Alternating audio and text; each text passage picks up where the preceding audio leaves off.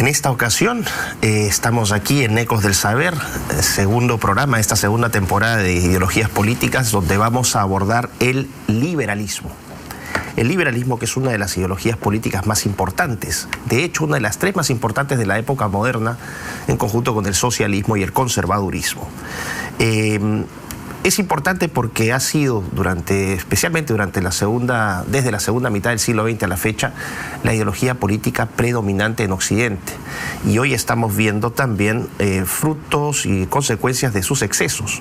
Pero vamos a entender un poco qué es el liberalismo, que aquí también en el Perú tiene ciertos adeptos.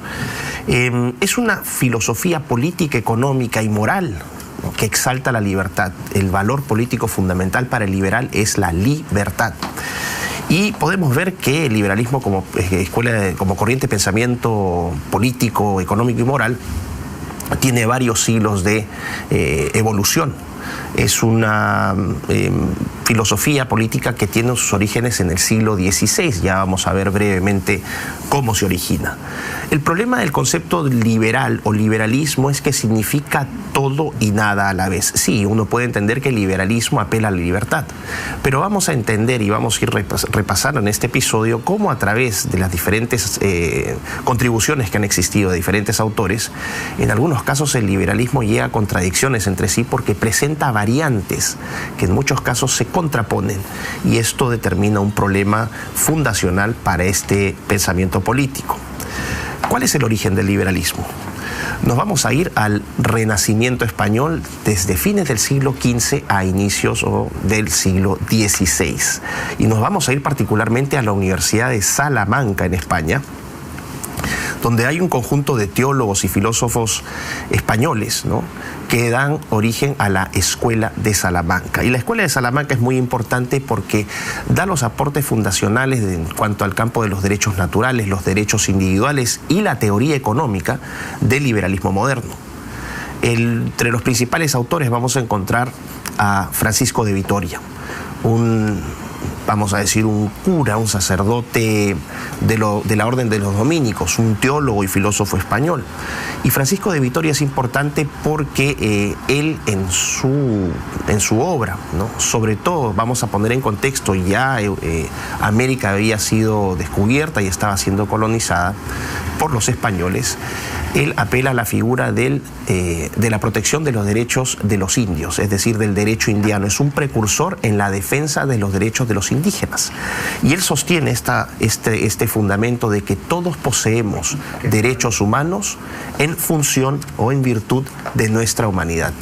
Por el hecho de ser seres humanos, tenemos derechos. Esto es un elemento clave en la doctrina de derecho humanista del liberalismo moderno. Así que este es un aporte importante. ¿Qué otras cosas explora Francisco de Vitoria? Los conceptos de soberanía y legitimidad del proceso colonizador español en el nuevo continente. Otro autor importante es otro teólogo y filósofo español de la orden de los dominicos también, que es Domingo de Soto. Domingo de Soto, confesor de Carlos V, es también un precursor de la teoría económica. Él desarrolla la idea del precio justo, del justiprecio. Este precio que en teoría lo que tiene que hacer es otorgarle un beneficio al comerciante, al productor, y a la vez también brindar un buen servicio a un buen producto a quien lo adquiere. Este precio justo, sostiene Domingo de Soto, no va a ser determinado por edictos o de manera unilateral, sino que va a ser determinado por la interacción entre la oferta y la demanda.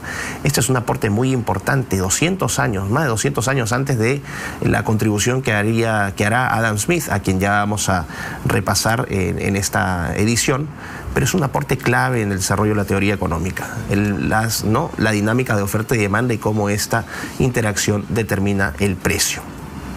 Domingo de Soto también resalta la idea, ¿no?, o la importancia del intercambio voluntario en los mercados y de la propiedad privada. Y finalmente nos vamos a ir con uno de los grandes exponentes de esta Escuela de Salamanca, que es Martín de Azpilcueta. Martín de Azpilcueta, también un teólogo católico, conocido como Doctor Navarrus, fue el confesor de la Orden de los Agustinos. Y Martín de Azpilcueta también tiene grandes aportes a la teoría monetaria, sobre todo la relación entre la cantidad de dinero circulante y la inflación.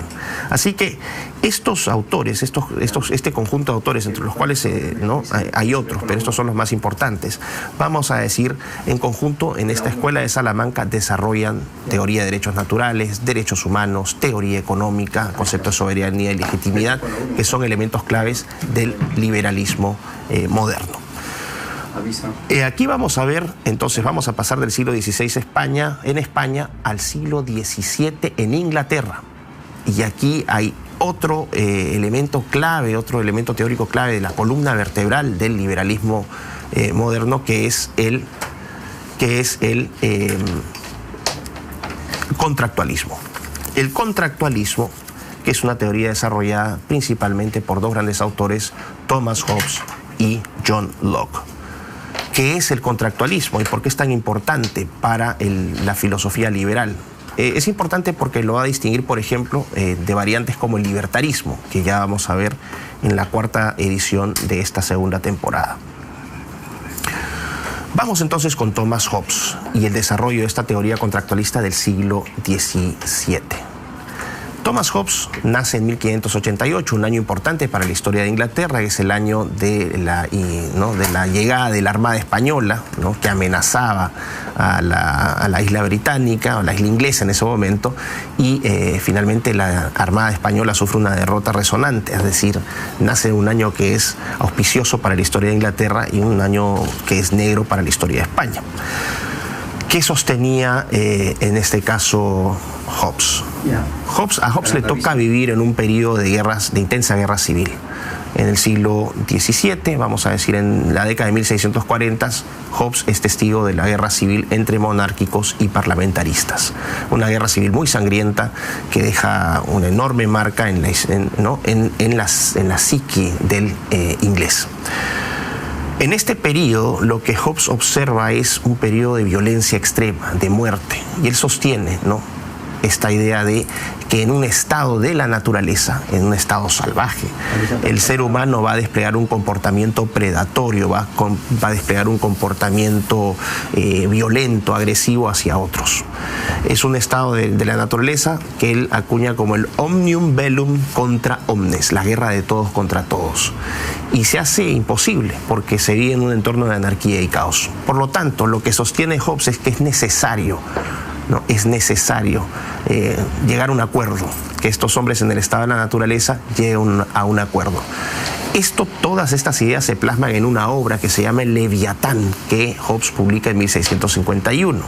Y en este contrato social, ¿no?, este acuerdo voluntario entre estos hombres en el estado de la naturaleza, lo que se hace es se elige a un soberano, a un Leviatán, que a cambio de la cesión de ciertas libertades individuales, este Leviatán lo que va a hacer es garantizar y asegurar la paz y la seguridad entre los gobernados. Por eso se dice que es una teoría contractualista, porque supuestamente estos hombres en estado de la naturaleza, para poner fin a la anarquía, al caos y a la violencia, acuerdan elegir un soberano, este Leviatán, a cambio de paz y seguridad. Ese es el fundamento del contractualismo. Ahora, el problema del contractualismo de Thomas Hobbes es que ¿quién le pone freno al Leviatán? ¿Qué pasa si el Leviatán se vuelve un tirano? Y esto es lo que va a desarrollar casi 4 siglos después John Locke, otro filósofo liberal muy importante, padre del liberalismo inglés, uno de los principales contribuyentes también del liberalismo clásico, con la obra Dos tratados sobre el gobierno civil.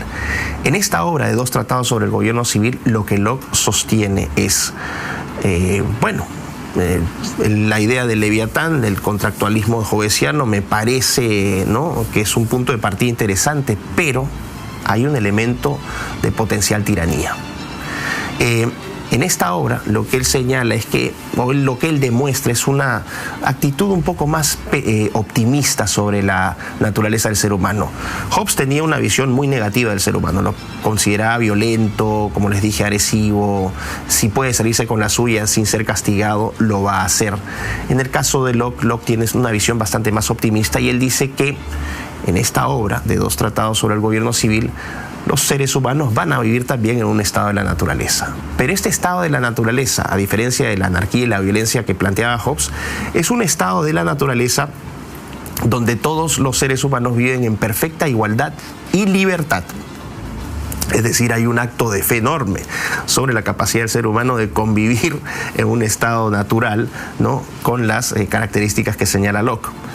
Ahora, sucede que en este estado, ¿no?, de perfecta libertad e igualdad, estos seres humanos voluntariamente van a llegar a un acuerdo, a un contrato social, donde van a formar un gobierno.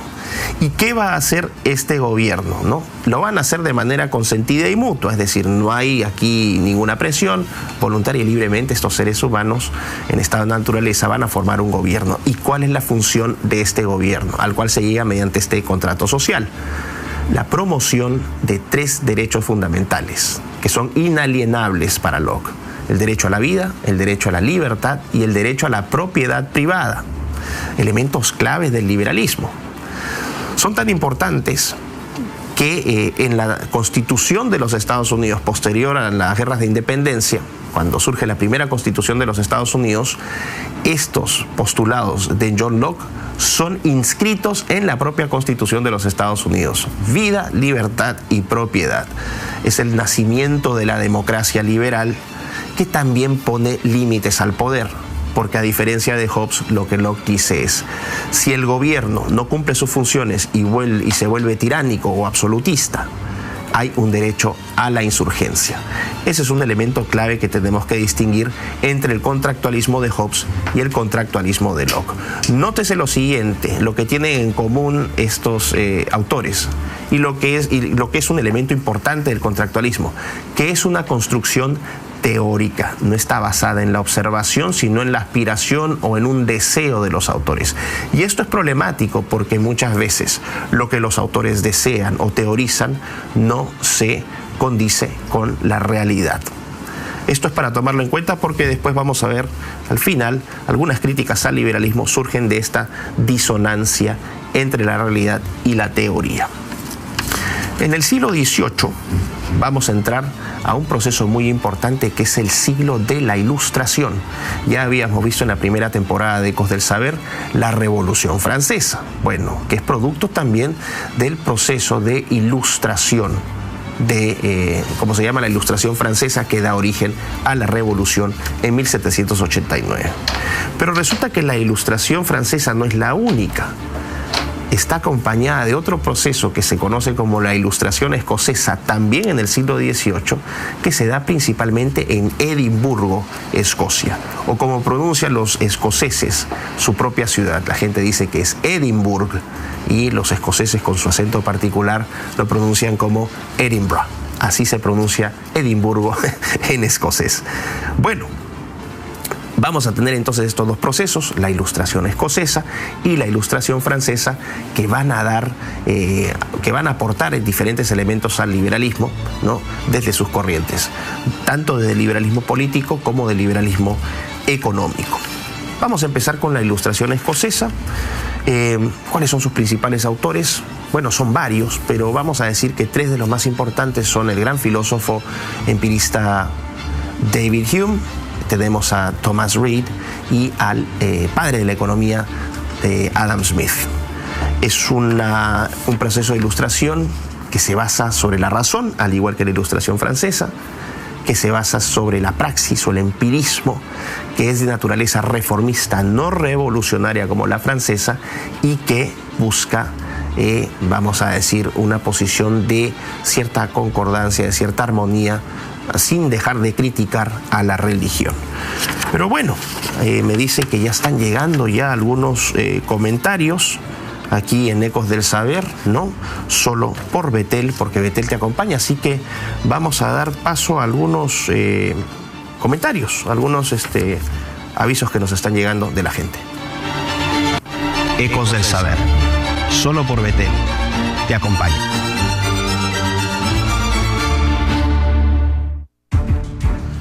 Y efectivamente ya nos están llegando algunos comentarios. Gracias a toda la gente que está participando. 24 de julio, cuando son las 9:17 de la mañana, Betel Radio también. Y nos escribe Sandra Velasco, nos dice: estimado Miklos, me gustaría que investiguen la infiltración jesuita en el flamante Estados Unidos como la causa del actual pensamiento progre. Bueno, es un tema importante, ¿no? Hay varias, vamos a decir, interpretaciones, ¿no? La gente especula de diferentes maneras quiénes estarían detrás de todo esto. Entonces, algunos dicen que son los Illuminati, otros dicen que son los Rothschild, otros dicen que son los Bilderberg, otros dicen que son los jesuitas. Yo para esas cosas no es que no quiera comprometerme, lo que pasa es que a mí me gusta aportar desde lo que yo sé y lo que yo considero que es lo que yo puedo aportar. Yo no soy experto ni en Illuminati ni en Bilderberg, prefiero llegar a cuestiones menos especulativas. En el caso de los jesuitas, sí, los jesuitas generalmente a lo largo de la historia han sido la orden díscola de la Iglesia Católica, siempre, ¿no?, aportando representantes que van contracorriente, pero no es un tema que yo maneje y creo que alguien con mayor experiencia que yo podría tratarlo. Me escribe Gladys Sierra: el entender que Dios existe es ya un problema mundial. La gran mayoría quieren alejar a sus comunidades del amor de Dios. Efectivamente, pienso que la desacralización, la secularización de las sociedades está generando consecuencias importantes, porque lo que hacen es destruir el compás moral de las nuevas generaciones que nacen sin un compás moral, y también porque el cristianismo, en cualquiera de sus vertientes, también es un elemento de identidad individual y colectiva. Alisa del Pozo: estos capítulos sobre la historia del mundo son súper fascinantes. Es hermoso ver este contributo que cada vez das al mundo. Eres un completo orgullo para tu pueblo Perú y una ayuda para los que queremos luchar contra esa agenda que nos quiere golpear. Grande Miklos Lukács. Muchísimas gracias, Alisa del Pozo. No sé dónde estarás escribiendo. Yo invitaría a la gente que nos manda sus comentarios que por favor nos digan desde dónde escriben, porque eso nos ayuda también, ¿no?, a saber dónde está nuestra audiencia, y obviamente es un elemento de alegría poder mandar saludos a diferentes partes, no solamente del Perú, sino también del extranjero. Omar Asif: hoy la ideología de género es la verdad absoluta que se impone arbitrariamente en todas las universidades. Efectivamente, Omar, y tristemente, ¿no?, la ideología de género, que es cáncer abiertamente, que también, vamos a ver, el liberalismo tiene cierta responsabilidad en su difusión y diseminación, bajo esta falsa idea de que los derechos humanos implican que podemos hacer lo que querramos en nombre de la libertad.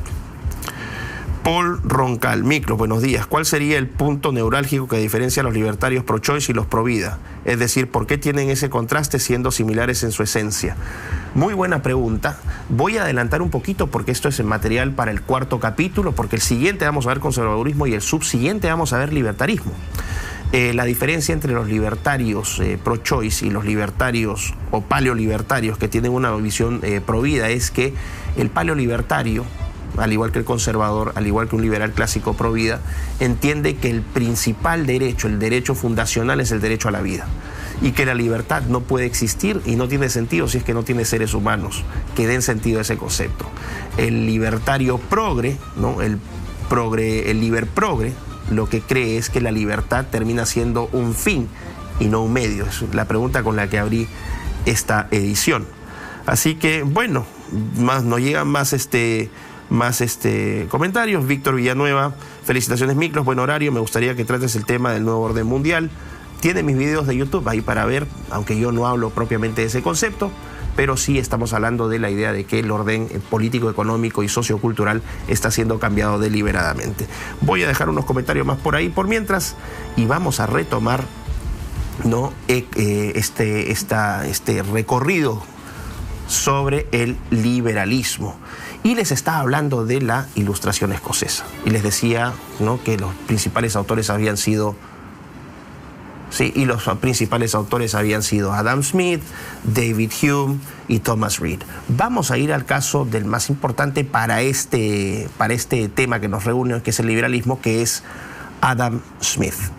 Adam Smith fue un economista y filósofo moral muy importante, escocés. Nació en un pequeño pueblito en Escocia que se llama Kirkcaldy.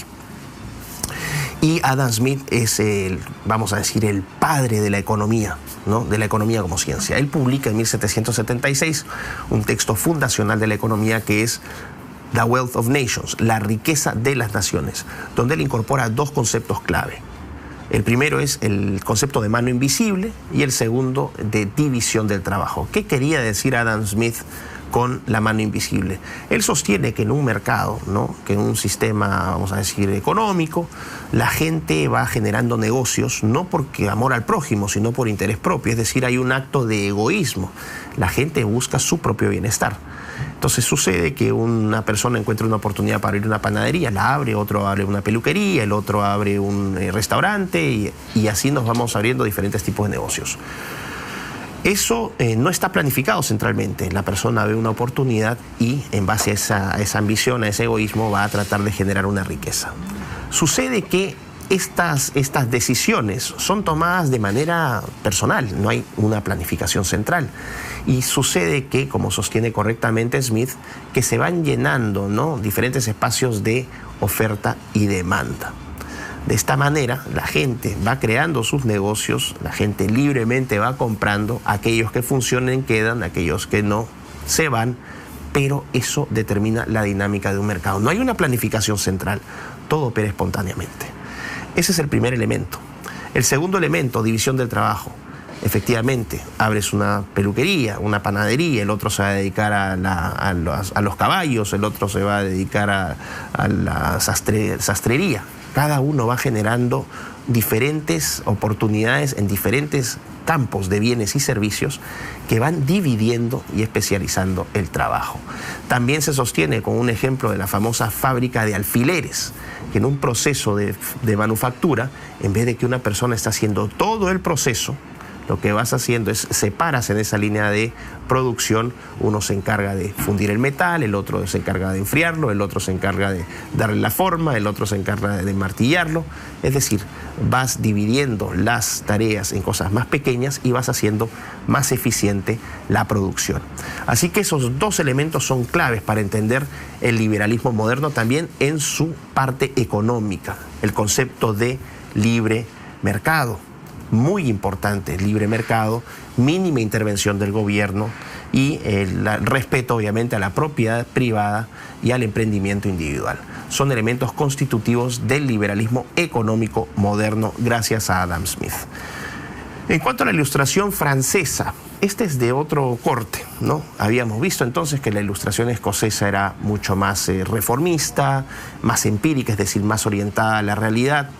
La Ilustración francesa es también racional, es decir, apela a la capacidad que tiene el ser humano de razonar, de planificar, de imaginar, pero en su contenido es mucho más abstracta, es mucho más intolerante con la religión, abiertamente intolerante, sobre todo con la católica, ¿no?, y con las monarquías. Es un proceso histórico, ¿no?, esta Ilustración, también de carácter especulativo. Es decir, hay un montón de ideales, apelando al primer episodio, ¿no?, del utopismo. Habían sueños y aspiraciones, pero no estaban muy bien aterrizadas, no estaban bien transcritas y codificadas en lenguaje terrenal, y sucede que muchas veces estas buenas intenciones terminan generando desgracias. En el caso de la Ilustración francesa vamos a tener a varios pensadores. Destacan, por ejemplo, Voltaire, Montesquieu, Jean-Jacques Rousseau, Nicolas Diderot, etc. Son, vamos a decir, autores fundacionales para lo que después sería el proceso revolucionario francés. Sus ideas inspiran la Revolución Francesa. El símbolo de esta Revolución Francesa, con un pequeño dato, Marianne, ¿no?, esta mujer que sale con la bandera, ¿no?, es un cuadro bastante famoso que debe estar compartiendo las imágenes por ahí, y que encarna el eslogan tripartito de la Revolución, fraternidad, libertad, igualdad, y que el nombre de Marianne está inspirado en Juan de Mariana, un sacerdote jesuita español que da el nombre a un instituto en España, el Instituto Juan de Mariana, que es un instituto libertario. Qué curioso, ¿no? Por un lado el libertarismo que apela a la libertad y por otro lado Marianne, representante de la Revolución Francesa, que fue uno de los periodos de mayor opresión de las libertades en la historia de la humanidad. Bueno, vamos a volver entonces a los autores. En el caso de Voltaire, tenía una expresión muy conocida Voltaire, en francés, écraser l'infâme. Hay que destruir la infamia o lo infame. ¿A qué se refería? A destruir a la Iglesia. Voltaire odiaba a la Iglesia católica. Y él es un proponente también, que es un principio fundamental del liberalismo, la separación de Estado e Iglesia. Este también es un principio del liberalismo político y que es propuesto abiertamente por Voltaire. El barón de Montesquieu, que aporta, ¿no?, la separación de poderes, la separación del poder legislativo, el judicial y el ejecutivo.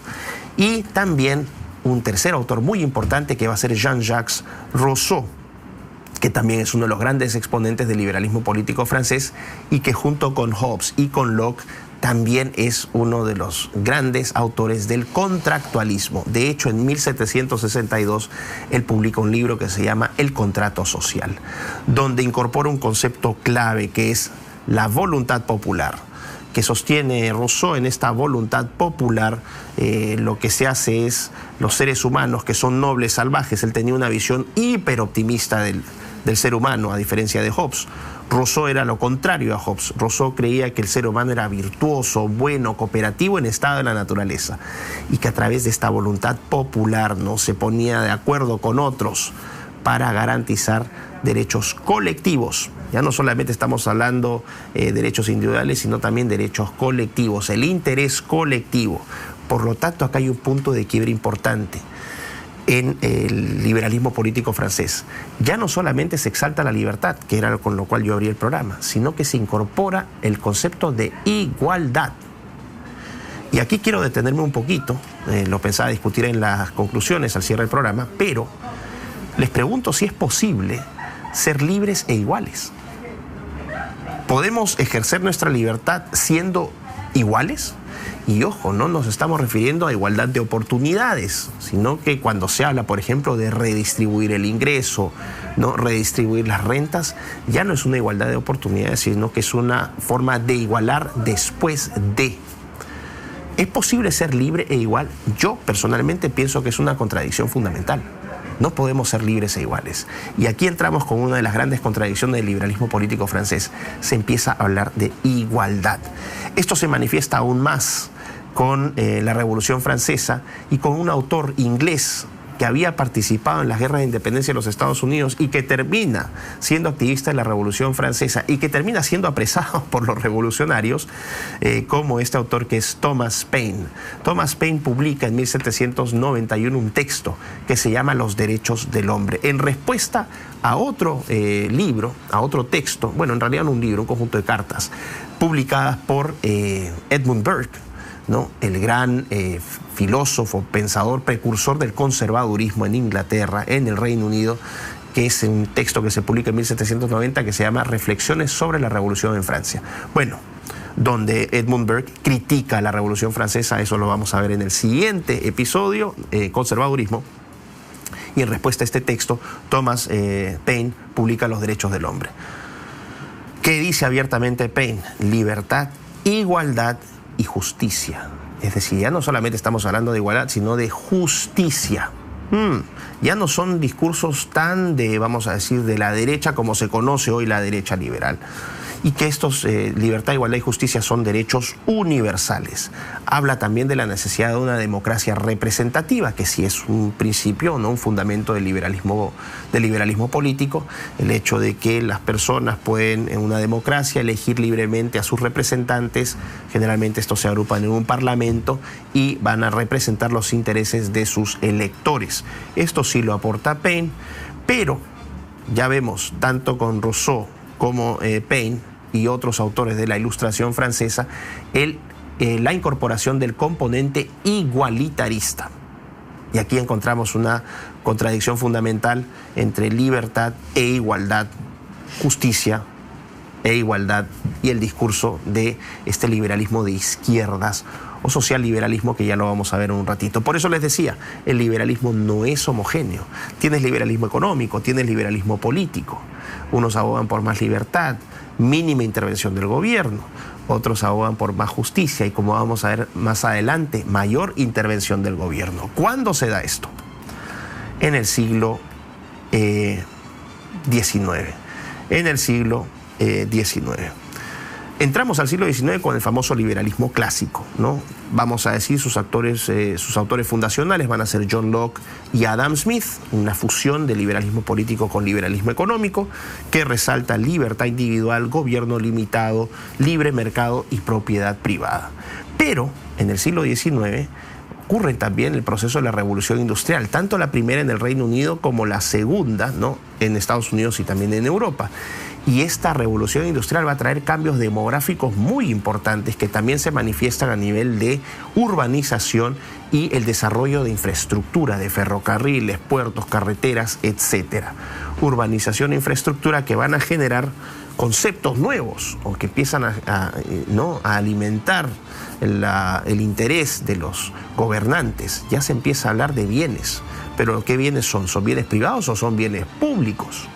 Segundo, derechos civiles. Y aquí estamos ya pensando en qué pasa con la educación y con la salud, sobre todo en el caso de los trabajadores, ¿no? Los niños, las mujeres que trabajaban en pésimas condiciones, los hombres que trabajaban en pésimas condiciones. ¿Qué pasa con ellos? ¿Tienen derechos? ¿Se encargará el libre mercado solamente de otorgarles esos beneficios? ¿Es el acceso a la educación y el acceso a la salud un derecho? Bueno, eso lo podemos discutir después, pero estos eran los debates que se planteaban en el siglo XIX. Y aquí se empieza a cuestionar los límites del mercado. ¿Interviene el gobierno o no? Y aquí entra un autor clave para el pensamiento liberal, que es John Stuart Mill. Nace en 1806, muere en 1873, es más o menos para que se den una idea que a él sí le tocó vivir el periodo de la primera revolución industrial y también probablemente los orígenes de la segunda. Y él aporta 3 elementos clave. Él cree en la libertad individual, sí, pero también cree en una filosofía que se llama utilitarismo, que no la crea él, en realidad es un aporte de otro filósofo inglés que se llama Jeremy Bentham. Jeremy Bentham en 1782 incorpora, ¿no?, o desarrolla la filosofía utilitarista que dice básicamente que el ser humano está gobernado por 2 grandes amos, el placer y el dolor, y que las decisiones que va a tomar ese ser humano van a ser para maximizar el placer y minimizar el dolor. Bueno, sobre esa base John Stuart Mill trabaja esta idea del utilitarismo y él dice que una política, una intervención va a ser buena en la medida que genere mayor placer y felicidad para el mayor número de personas y que minimice el dolor o el sufrimiento para el mayor número de personas. Es decir, se ata el componente de utilidad a lo moral. Si algo sirve a la mayoría es bueno, si algo no sirve a la mayoría es malo. Se habla entonces Mill empieza a trabajar, ¿no?, conceptos como qué sucede con la libertad, cómo garantizamos libertades para todos. Tiene que intervenir el gobierno y aquí va a haber una serie de obras que él va a aportar que voy a pasar a desarrollar en unos minutos porque me informan que siguen llegando más preguntas, así que gracias por sus preguntas y bueno, vamos a leer qué nos están preguntando de diferentes partes del Perú y del mundo aquí en Betel 100.1 FM del dial. Bueno, nos escribe Víctor Villanueva Fernández. Felicitaciones, Miklos. Buen horario. Me gustaría que trates el... Ah, no, esto ya lo leí, perdón. Cositas que pasan. No, nos vamos a ir con Omar. Una pregunta para Miklos. ¿Crees que la revolución industrial empezó el camino al deterioro de nuestro planeta? Más que todo el tema ambiental. Es una pregunta interesante, Omar. Definitivamente la revolución industrial tuvo un impacto fuerte a nivel medioambiental porque de facto te cambió el paisaje. Las ciudades que antes no existían empezaron a aparecer. La quema de carbón, ¿no?, para, por ejemplo, vamos a decir, el combustible para los ferrocarriles, para las maquinarias, la fundición del acero, claramente tuvieron un impacto ambiental. La pregunta no es si este impacto ambiental fue nocivo para el planeta en su conjunto. En ese momento, cuando recién se empezaban las prácticas de gestión, de producción, no eran las mejores. Y sí hubo un deterioro medioambiental. Las ciudades eran realmente sitios muy, muy sucios, eran letrinas públicas en muchos casos. Las condiciones de vida no eran las mejores. Pero no hay que caer en este discurso del alarmismo verde, del alarmismo climático. El ser humano tiene tecnologías que le permiten resarcir el daño que hace. Y hay prácticas que te permiten corregir el daño que haces.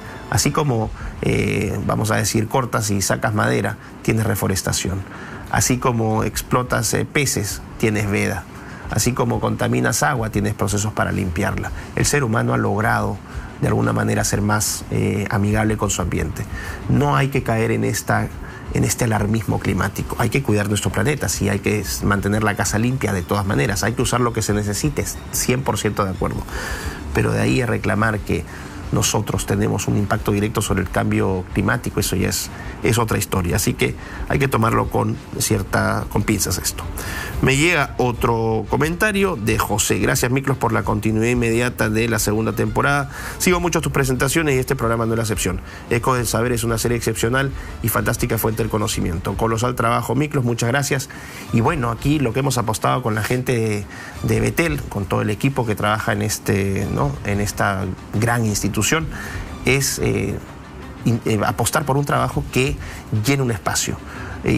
Está bien que haya fútbol, está bien que haya farándula, está bien que haya política, pero ¿dónde está un programa que pueda aportar algo distinto?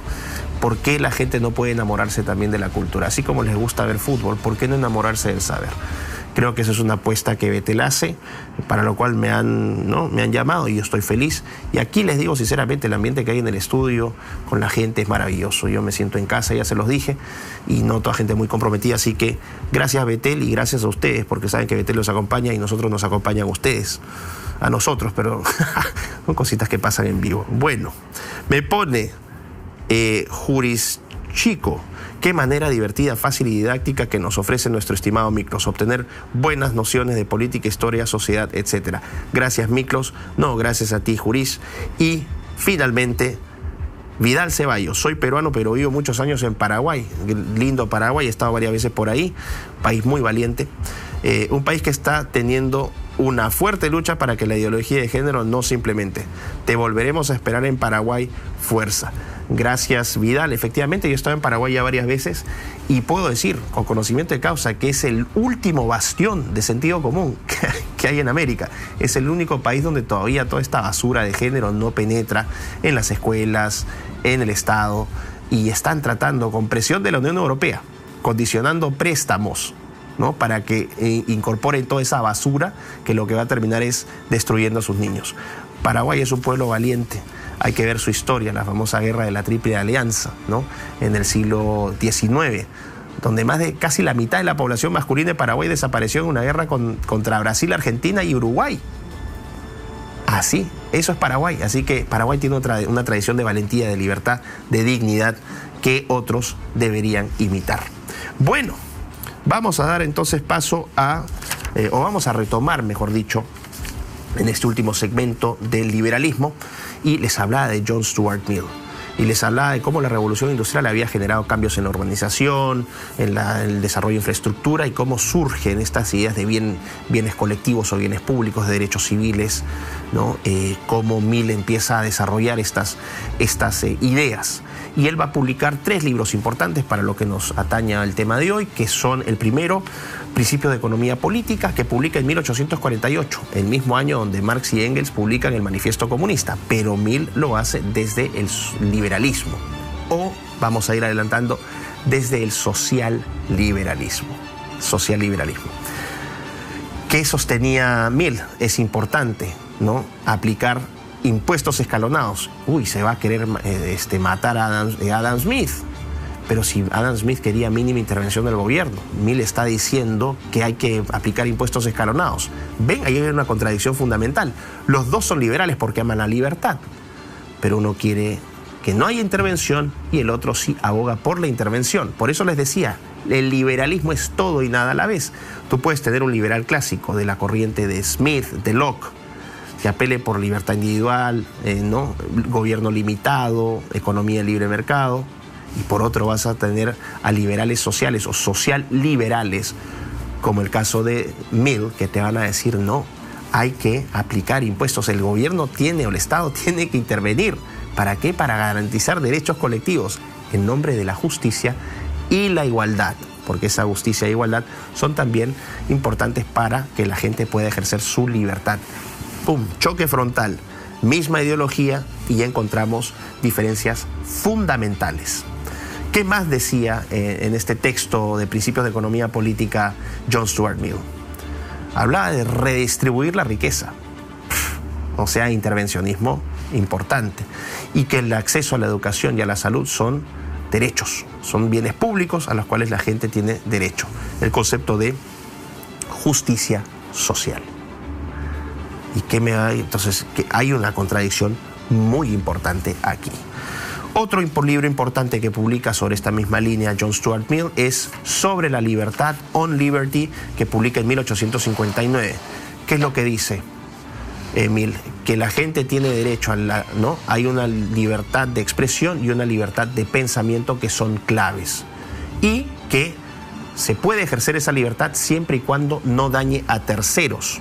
Este también es otro principio importantísimo, sobre todo tomado por el libertarismo, que vamos a decir es una especie de variación del liberalismo, lo vamos a ver en la 4ª edición, el libertarismo que te dice que sí, uno puede ejercer su libertad siempre y cuando no haga daño a terceros. Pero esto también es una construcción teórica, porque las decisiones que tomamos, cualquier tipo de decisión que tomemos, siempre va a tener un impacto sobre terceros. No lo vamos a discutir ahora, lo vamos a ver cuando repasemos libertarismo. Y finalmente, utilitarismo, como les mencioné, esta teoría que toma de Jeremy Bentham, que desarrolla John Stuart Mill, donde destaca el principio de utilidad. ¿Qué significa esto? Ya no solamente es libertad, sino que abiertamente hablamos de igualdad y de justicia. Por eso es que se llama social liberalismo. Y es un liberalismo, vamos a decir, de centro-izquierda. Es el liberalismo como se entiende en los Estados Unidos con el Partido Demócrata, con los partidos liberales en Europa. En América, en Hispanoamérica, vamos a decir, en América hispanohablante, el liberalismo es un liberalismo económico. La gente que se considera liberal piensa que es liberal porque está apelando a la escuela austríaca, que ahorita vamos a ver que es una corriente de pensamiento más de derecha, más orientada a la libertad de mercado. Entonces, cuando alguien me dice soy liberal, es para preguntarle, ¿eres un liberal clásico de centro? ¿Eres un social liberal de izquierdas? ¿O eres un liberal de la escuela austríaca de derechas? Y hay otras variantes, pero para efectos de este programa solamente me voy a remitir a estos 3. ¿Se dan cuenta? Hay un problema grave. Entonces, cuando decía al principio, cuando uno dice que es liberal, dice todo y nada a la vez. Siglo XX. ¿Ok? Ya entramos entonces con algunas variantes. Ya tenemos el liberalismo clásico, ya tenemos el socialliberalismo. El socialliberalismo que también va a desarrollar corrientes de pensamiento en los Estados Unidos, sobre todo a partir del New Deal, ¿no? Un programa de intervencionismo estatal dirigido por Franklin Delano Roosevelt, posterior a la crisis de Wall Street de 1929, donde la economía estadounidense y la economía mundial colapsaron de un día a otro, y que básicamente habla de la intervención del gobierno, ¿no? En la inversión pública para generar empleo. Esto es abiertamente en teoría económica lo que se conoce como keynesianismo, en honor a John Maynard Keynes, un economista británico que decía que una forma de estimular el crecimiento económico, el empleo, es que cuando falle la actividad privada sea el Estado el que intervenga e inyecte fondos públicos. Entonces tenemos el socialliberalismo en los Estados Unidos y tenemos también un socialliberalismo muy marcado en Alemania, el ordoliberalismo, que surge a partir de la escuela de Freiburg en la década de 1930, 1940, y que acuña el famoso concepto de economía social de mercado. ¿Por qué lo señalo? Porque acá en el Perú, el Partido Popular Cristiano, antes de desaparecer y refundarse, ¿no? Cuando se caviarizó, utilizaba ese concepto de economía social de mercado. Ok, bueno, ahí entonces ya hablamos del socialliberalismo, su corriente británica, su corriente estadounidense y alemana en el siglo XX, y en el siglo XX también el surgimiento, no el surgimiento, sino el desarrollo, ¿no? Y la expansión de la famosa escuela austríaca. La escuela austríaca es tiene este nombre porque apela, como la escuela de Salamanca, a una serie de economistas austríacos. Se origina en el último cuarto del siglo XIX en realidad, ¿no? Con Karl Menger, ¿no? Es una corriente, vamos a decir, es una escuela económica pero que en el siglo XX va a tener aportes ya no solamente de teoría económica, sino de teoría política y teoría moral. Y destacan dos grandes autores, ¿no? Ludwig von Mises y Friedrich von Hayek o Friedrich Hayek. No se puede hacer justicia porque son muchos más autores, por cuestión de tiempos no me puedo extender más en todos ellos. La obra de Mises requiere un estudio propio por su riqueza, pero el más influyente es Friedrich von Hayek, al cual me voy a referir ahora. ¿Por qué es importante Hayek? Hayek nace en 1899, muere en 1992, recibe el Premio Nobel de Economía en 1974. Y Hayek es vamos a decir, el buque insignia de la escuela austríaca. ¿Por qué? Él escribe dos grandes textos que nos son importantes especialmente para esta corriente de pensamiento liberal. El primero es El camino a la servidumbre, que publica en 1944. Ojo con el año de publicación, es casi al fin de la Segunda Guerra Mundial. Hayek ya había visto los efectos de la Unión Soviética, durante la guerra, y era un enemigo declarado del socialismo, a pesar de que en su juventud tenía inclinaciones socialistas o de izquierda. Bueno, se vuelve un acérrimo crítico del comunismo, del socialismo. ¿Y qué sostiene en este libro Hayek?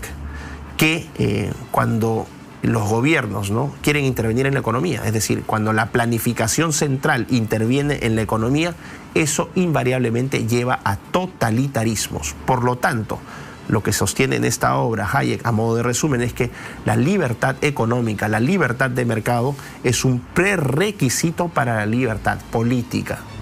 Esto es muy importante, es decir, se antepone lo económico a lo político. Se dice que si lo económico no expresa un espacio de libertad, esa libertad no se va a manifestar en lo político. Y el segundo texto importante para efectos de esta presentación es El uso del conocimiento en la sociedad, que es un libro que publica en 1945, también en esta misma línea. ¿Qué es lo que sostiene Hayek? En este libro él acuña un concepto que es el orden espontáneo, que es un concepto que van a escuchar sobre todo a liberales de corte economicista, es decir, gente que se siente liberal, que combate la parte de igualdad y justicia, no les gustan. Por eso es que, otra cosita, van a encontrar que entre los liberales se pelean. Unos van a decir, no, este no es el verdadero liberal es así. ¿Por qué? Porque unos tienen un liberalismo de corte político, puede ser el corte político inglés, pero ese liberalismo inglés es distinto al liberalismo francés. Uno resalta derechos individuales, el otro derechos colectivos. Uno quiere libertad, el otro quiere justicia e igualdad. Uno es de carácter racional reformista, el otro es racional revolucionario. Y después le agregamos un liberalismo económico. Ya no quiero tener tanto que ver con cuestiones políticas, sino que yo creo, por ejemplo, dirá ese liberal economicista, que basta que el mercado funcione para que el individuo desarrolle o ejerza su libertad. Y ahí estamos encontrando todas estas variantes. Por eso es que el liberalismo es tan complejo y creo que una de sus grandes debilidades y sus grandes problemas y una de las principales razones por las cuales hoy está en franca decadencia, lo digo con tristeza, pero es la verdad, es que no es todo y es nada a la vez. Bueno, ¿qué sostenía entonces Hayek con esta idea de orden espontáneo? Él decía que para que la planificación central sea exitosa, es decir, para que un Estado sea exitoso en la intervención y en la gestión de un sistema económico, tiene que tener toda la información de todo lo que se está produciendo, comprando, vendiendo, a qué hora, dónde, quiénes, toda la información en tiempo real. Y segundo, siendo esto ya imposible de lograr porque los seres humanos no tenemos esos instrumentos, o no los teníamos, por lo menos hasta que llegó la inteligencia artificial, ahora vamos a bueno, se me fue la idea, hombre, que aquí por el interno. Que no solamente basta la información, sino también el conocimiento. Podemos tener esa información, pero si el conocimiento no está, ¿cómo hacemos sentido de esa información? Bueno, finalmente, ¿qué es lo que decía Hayek con esta idea del orden espontáneo? Que tenemos que resaltar la defensa del libre mercado, mínima intervención del gobierno, porque el mercado es un espacio de libertad individual. Eso es clave. ¿Qué ha pasado con el liberalismo? Y aquí voy cerrando. Y esa es una crítica importante que viene de dos autores principalmente. El primero de ellos es John Gray, que fue un ex liberal desencantado, Y Gray sostiene que el liberalismo ha degenerado en el siglo XXI. ¿Cuál es el problema del liberalismo? Que terminó siendo víctima de su propio éxito y de sus propios excesos. Cuando tú pones, y por eso inicié la presentación con la libertad, si la libertad es un fin o es un medio. Cuando se convierte en un fin, entramos en un problema. La pregunta es muy sencilla. ¿Por qué quieres ser libre? Para ser libre, porque es mi fin. Pero eso no tiene sentido. ¿Por qué quieres ser libre? Porque quiero ser libre, ese es mi fin. La libertad en sí misma no es un fin, es un medio. Y el liberalismo terminó convirtiendo la libertad en un fin.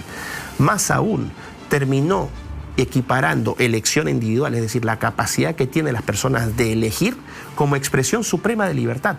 Es decir, mi libertad se manifiesta en su forma más pura cuando yo puedo elegir libremente. El problema es que yo puedo elegir y esa elección está moralmente vacía, no tiene un componente moral a priori. Yo puedo elegir salvar vidas, fantástico. Yo puedo elegir trabajar para mi comunidad, excelente. Yo puedo elegir ser una persona honesta, cierto. Pero yo también puedo elegir drogarme, puedo elegir prostituirme, puedo elegir matar. Es decir, esa elección no es en sí una expresión de libertad. Por ejemplo, abortar, ¿no? Se pone como mi cuerpo, mi decisión, es mi libertad, pero moralmente es repugnante. Entonces, ese es el problema, equiparar libertad con capacidad de elección. Y esta elección que se termina convirtiendo, estas diferentes elecciones se terminan convirtiendo en derechos humanos, en nombre de la diversidad, la inclusión y la igualdad. Y el que no quiera adherirse a esos principios es un intolerante y es un enemigo del progreso, es decir, se estigmatiza al que no comulga con esta línea de igualar libertad con elección. Los opositores van a ser enemigos del progreso. Y lo que va a pasar con ellos es censura y estigmatización. Entonces sostiene Gray, ¿cuál fue el problema de los liberales? Que en nombre de la libertad terminan asesinándola. Y es muy cierto, lo estamos viendo ahora. El otro autor, y con este voy cerrando, es Patrick Deneen, es un conservador tradicionalista estadounidense, un académico de la Universidad de Notre Dame, que sostiene que lamentablemente el liberalismo se malentendió y ese exceso de libertad terminó transformándose en un culto al individuo. El individuo se preocupa de su libertad, dejó de preocuparse del resto. Y ese hiperindividualismo terminó fragmentando a la sociedad. Hay una obsesión también por el progreso. Antes era un progreso. El concepto de progreso acuñado por San Agustín de Hipona es de origen católico, cristiano. Y ahora ya no se habla de un progreso moral, ahora se habla de progreso social, y después ya no fue progreso social, ahora es progreso tecnológico. Ya no es progreso tecnológico, sino que el fin es progreso material y se va sacando del esquema al ser humano. ¿Cuál es el propósito del progreso? Sí, es que el ser humano no está al centro o no es el destinatario de ese progreso. Pusimos al progreso sobre el ser humano, y esa es otra expresión del fracaso del liberalismo. El progresismo, que apela a elementos liberales, fuertemente liberales: libertad, justicia social, igualdad. Y por eso es incorrecto decir que el progresismo, el regresismo es solamente de izquierda. En su matriz también tiene ADN liberal. ¿Y cuál es el propósito? Y con esto voy a cerrar. ¿Qué es lo que tienen que hacer los liberales? Olvidarse de las ideologías, igual que todos los seres humanos. Despojarnos de toda ideología. Olvidarnos que somos conservadores, liberales, marxistas, comunistas. Recordar que somos seres humanos. Y recordar que todos tenemos derechos inalienables. Eso creo que es lo más importante. Defender la vida. Un abrazo y nos vemos el próximo miércoles.